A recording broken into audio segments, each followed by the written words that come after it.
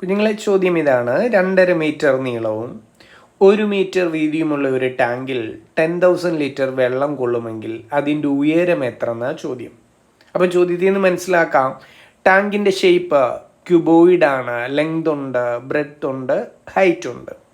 തന്നിരിക്കുന്നു അതിൻ്റെ കപ്പാസിറ്റിയാണ് 10,000 ലിറ്റർ വെള്ളം അതിൽ കൊള്ളുമെന്ന് പറയുന്നത്. ഈ കപ്പാസിറ്റി എന്നൊക്കെ പറഞ്ഞാൽ അത് എന്ത് പാരാമീറ്ററിനെ റെപ്രസെൻ്റ് ചെയ്യുന്നതാ? വ്യാപ്തമാണ്, വോളിയമാണ്.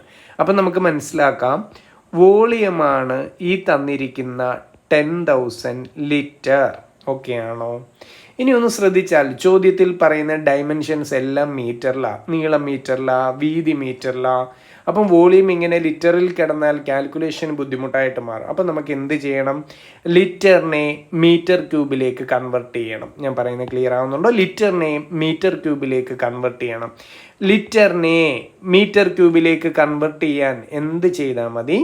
ലിറ്ററിനെ 1000 കൊണ്ട് ഹരിച്ചാൽ മതി, അത് മീറ്റർ ക്യൂബിലേക്ക് കൺവെർട്ടഡ് ആകും.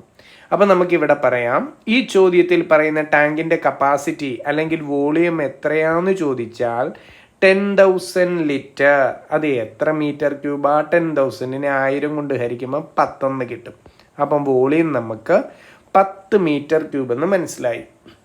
ഇനി ഞാൻ ചോദിക്കട്ടെ, ഒരു ക്യൂബോയിഡിൻ്റെ വോളിയം കാണുന്ന ഇക്വേഷൻ എന്താ? അതിൻ്റെ ലെങ്ത് എല്ലും ബ്രെഡ്ത്ത് ബിയും ഹൈറ്റ് എച്ചുമാണെങ്കിൽ അവരെ എല്ലാവരെയും കൂടെ ഗുണിക്കുന്നതാണ് ഈ വോളിയം എന്ന് പറയുന്ന 10. ശരി, ഇനി എന്തൊക്കെയാണ് പറയുന്നത്? നീളം എത്രയുണ്ട്? 2.5 മീറ്റർ. അപ്പം ലെങ്തിൻ്റെ സ്ഥാനത്ത് എനിക്ക് സബ്സ്റ്റിറ്റ്യൂട്ട് ചെയ്യാം 2.5 ഇൻറ്റു വീതി എത്രയാ? വീതി 1 മീറ്ററാ. നമുക്ക് ഹൈറ്റാ കാണേണ്ടത്. ഇവരെ എല്ലാവരെയും കൂടെ ഗുണിക്കുമ്പോഴാണ് 10 കിട്ടേണ്ടത്. ഓക്കെ ആണോ? കാൽക്കുലേഷൻ പ്രൊസീഡ് ചെയ്യാമല്ലോ. 2.5 നമുക്ക് എങ്ങനെ എഴുതാം? സാധാ ഫ്രാക്ഷനായിട്ട് എഴുതിയ 5/2 എന്ന് എഴുതാം. ഇൻറ്റു 1 ആണ്, അത് കാര്യമാക്കണ്ട. അപ്പം ബാക്കി എച്ച്, അതാണ് 10.